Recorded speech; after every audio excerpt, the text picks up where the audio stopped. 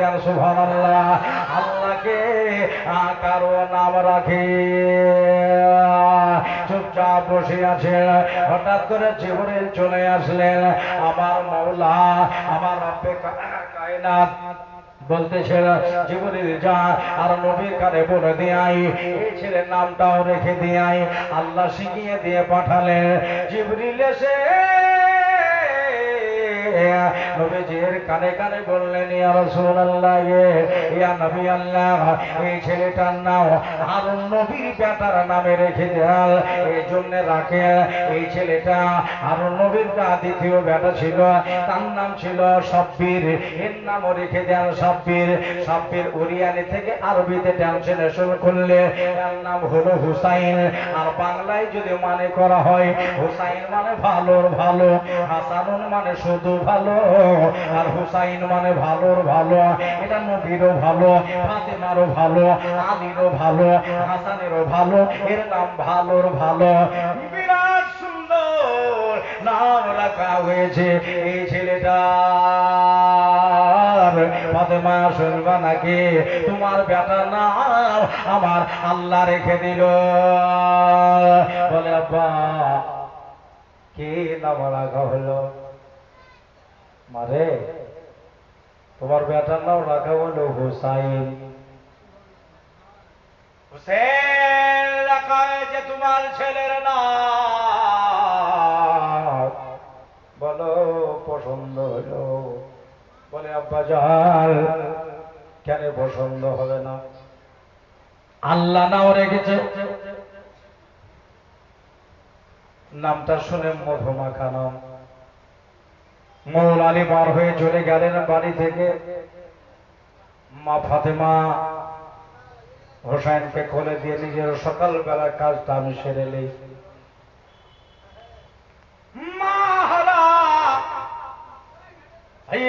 ফাতেমা হাতে ঝাড়ু নিয়ে সকাল বেলায় বাড়ির ভেতরটা ঘোরাইতেছে, ঝাড়ু লাগাচ্ছে। আল্লাহ নবী হোসেনকে নিয়ে দাঁড়িয়ে গেলেন। দাঁড়িয়ে গিয়া হোসেন কেমনি করে দোলা দিতেছে। হুসাইনকে দোলা দিতে যারা বাবা, আল্লাহ নবী হুসেনের মাথায় একবার চুমু দেন, হুসেনের গালে একবার চুমু খায়, হোসেন মুর্তজার কপালে একবার চুমু দেয়। বড় মোহব্বত। বিরাদারান ইসলাম সবাই নেকেরাম। আর মা ফাতেমা একবার ঝাড়ু লাগাই, আর নবীর দিকে একবার করে ঘুরে দেখে, আবার একবার ঝাড়ু দেয়, আবার ঘুরে তাকায়। আমার হুসেনকে আল্লাহর পয়গম্বর কত না আদর করতেছে, কত না মোহব্বত করতেছে, কত না দিলাসা দিচ্ছে। সুবহানাল্লাহ। চুমু খাওয়া মানুষ মাথায় কপালে চুমু দেয়, গালে চুমু দেয়, নাকে চুমু খায়।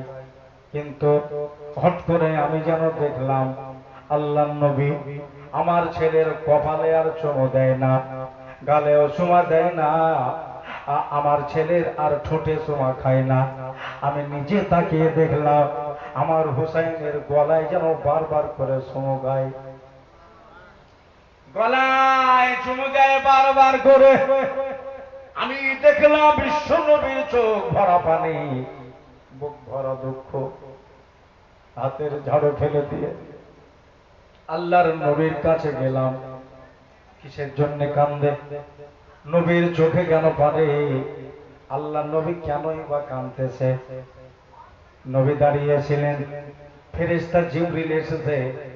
জিবরিল এসে নবীজির কানে কানে বলছেন, ইয়া রাসূলুল্লাহ, ইয়া নবী আল্লাহ গো, যাকে আপনি দোলা দিতেছেন, যাকে আপনি কোলে নিয়ে চুমু দিতেছেন, এই ছেলেটার বয়স যখন 56.5 কিংবা 57 বছর বয়স হবে, এই ছেলেটা কারবালার মাঠে একে জান দিতে হবে, জীবন দিতে হবে।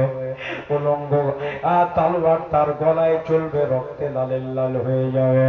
আল্লাহর নবী বলেছিলেন, জিবরিল নবী ঘরানার ছেলে এক একটা হলো নূরের তৈরি।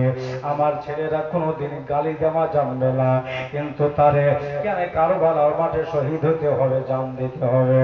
বললেন ইয়া রাসূলুল্লাহ, ইয়া হাবিবাল্লাহ, এই ছেলেটা এমনি জান দেবে না, ইসলামের জন্য জান দেবে, কোরআন বাঁচাবার জন্য জান দেবে, ঈমান বাঁচাবার জন্য জান দেবে, হক ও বাতিলের ফায়সালা করার জন্য জান দেবে।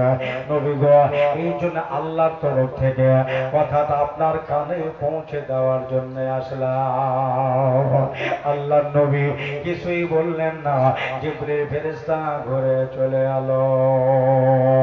আমি কেমনে মানা করি, যে ব্যক্তি ইসলাম বাঁচাবার জন্য জান দেয়, কোরআন বাঁচাবার জন্য জান দেয়, যে ব্যক্তিটা ঈমান বাঁচাবার জন্য জান দেয়, আমি আর মানা করতে পারলাম না, বরঞ্চ জিবরিলের কথা আমি রাজি হয়ে গেলাম। আমার হুসাইনকে আমি রাজি হয়ে গেলাম কারবালার মাঠে যেন জান দেয়। আজ থেকে প্রায় 56 বছর আগেকার কথা আমি আমার কানে শুনে নিলাম। তাই বাবা, এই উলঙ্গ গলাতে নবী আমার বারবার করে চুমু খাই, চপচপ করে চুমু দেয়। ফাতেমা এসে কাছে দাঁড়িয়ে গেলেন, ইয়া রাসূলুল্লাহ, ইয়া হাবিবাল্লাহ, নবী গো, আপনার চোখে কেন পানি?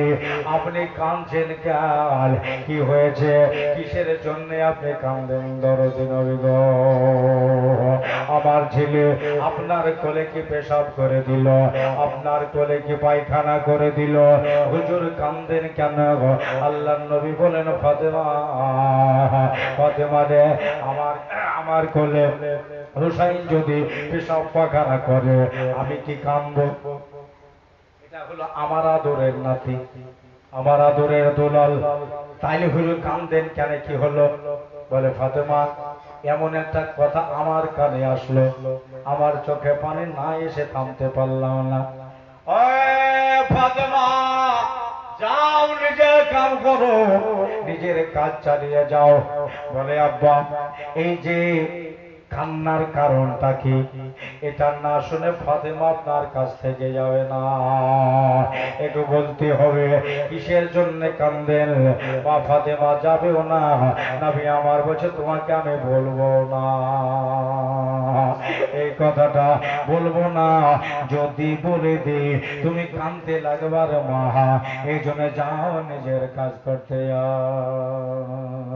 ফাতেমা বলছেন, আল্লাহ, আমার আব্বা না জানি কি শুনলো, যে কথাটা শুনলে আমারে কাঁদতে হবে, আমার চোখ দিয়ে পানি আসবে। আব্বা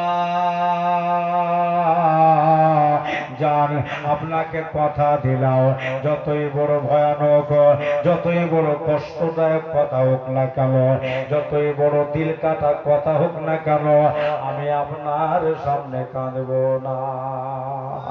বলেন, কি হয়েছে? নবী আমার বলতে চান না, কিন্তু ফাতেমা না শুনলেও ছাড়বে না। ভাইরা আমার, মা বোনেরা গো, যখন না ছাড়লো ফাতেমা, এবার তো বলাই লাগবে, এবার তো বলতে হবে, মা শোনো তাহলে আমার কাছে, আমি তোমার বেটার কপালে চুমা খাচ্ছিলাম, আমি তোমার ছেলের মাথাতেই চুমো দিচ্ছিলাম, ঠোঁটে গালে চুমা খাচ্ছিলাম, হঠাৎ করে জিবরিল এসে আমার কানে, আমার কর্ণকুহরে বলে গেল, ইয়া রাসূলুল্লাহ, ইয়া নবী আল্লাহ, নবী গো, যে ছেলেটাকে দোলনা দিতেছে, যে ছেলেটাকে আপনি দোলনা দিতেছেন, এই ছেলেটার 56 বছর বয়স হলে একে কারবালাতে একে জবাই করা হবে, একে কারবালাতে কেটে ফেলা হবে, কারবালাতে একে হত্যা করা হবে। আল্লাহর নবী যেমনি এই কথা বলে দেওয়া, মা ফাতিমা বলছেন, আব্বা আপনি কোন কথা শোনালেন? জিবরিল বলে গেল আর তার কথা আপনি রাজি হয়ে গেলেন। বলল, মা আমি যে কথাটাকে ঘোরাতে পারলাম না, কেন জানো? এই জন্য ঘোরাতে পারলাম না, জিবরিল কিন্তু একটা কথা বলে গেছে, ইয়া রাসূলুল্লাহ, রাসূলুল্লাহ, ইয়া হাবিবাল্লাহ নবী গো, এই ছেলেটা এমনি জান দেবে না, এই ছেলেটা ইসলাম বাঁচাবার জন্য কারবালায় জান দেবে, কোরআন বাঁচাবার জন্য, আপনার নবীর শান বাঁচাবার জন্য, আল্লাহর নবী আন বাঁচাবার জন্য এই ছেলেটা কারবালার রাগস্থানে, কারবালার চাটানে, কারবালার গরম ময়দানে একে জান দিতে হবে, জীবন দিতে হবে। ফাতেমা, যে ছেলে ইসলাম বাঁচায় তার জন্য আমি মানা করতে পারলাম না। ফাতেমা শাহাদাতে, হুসেনের শাহাদাতে আমি রাজি হয়ে গেছি, বলো তুমি রাজি কিনা? ফাতেমা বলছিল, ইয়া রাসূলুল্লাহ, কোন বেটা ছোট হোক বড় হোক, কোন কারো ছেলের উপর যদি তালোয়ার চালায়, গর্দানকে যদি মার সামনে কাটা হয়, কোন মা কি সইতে পারবে? কোন মা কি রাজি হবে? তবে ইয়া রাসূলুল্লাহ, আপনি যখন হোসেনের শাহাদাতে রাজি, আমি ফাতেমা আমার বেটার শাহাদাতে রাজি। আলী চলে আসলেন। আলী মুর্তজাকে বলা বলো, আলী গো, 56.5 বছর বয়সে তোমার বেটাকে জবাই করা হবে কারবালাতে। আল্লাহর ওয়াদা। জিবরিল বলে গেল, সব কথা আলীকেও বুঝিয়ে বলা হলো। আলী তুমি কি রাজি? মৌলা আলী বললেন, ইয়া রাসূলুল্লাহ, যার শাহাদাতে হাসা, যার শাহাদাতে ফাতেমা রাজি, ওনার নানা রাজি, আমি কি নারাজ হয়ে থাকতে পারবো? আলীও রাজি হয়ে গেলেন। কিন্তু আজ বিরাট মনে দুঃখ, কুল ভরা ছেলে পেলাম, সুন্দর ছেলে, নামও বড় সুন্দর, আর এই সুন্দর গলাতে কারবালাতে একে কাটবে, কারবালার সরজমিনে ফেলে আর গলায় তালোয়ার চালাবে। বললেন ফাতেমা একটা কথা বললেন, আপনার দয়ার নবীকে বলছেন, ইয়া রাসূলুল্লাহ, ইয়া হাবিবাল্লাহ, ওই কারবালাটা কত দূরে?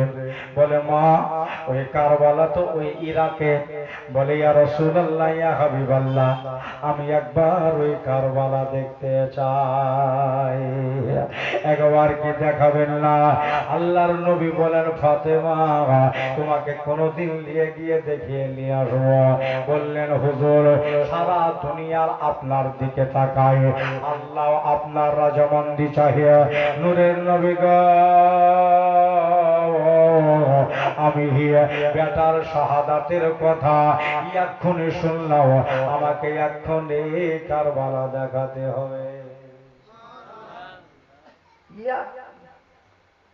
ফাতেমা মক্কা থেকে মদিনা মোটামুটি 400-500 কিলোমিটারের রাস্তা।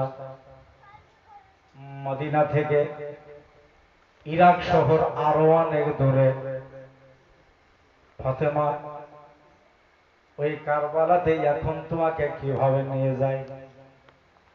হযরতে ফাতেমা বললেন, ইয়া রাসূলুল্লাহ, ইয়া হাবিবাল্লাহ, আপনার ইশারা চাঁদ শোনে। জোরে বলেন একবার। আপনার ইশারা সূর্য শোনে, আপনার ইশারা দুনিয়া শোনে, ওই কারবালার মাটি কি শুনবে না? নবী গো, আমি যে আপনারে চিনি, আমার মন বলছে দুনিয়ার আর এইরকম কেউ চেনে না।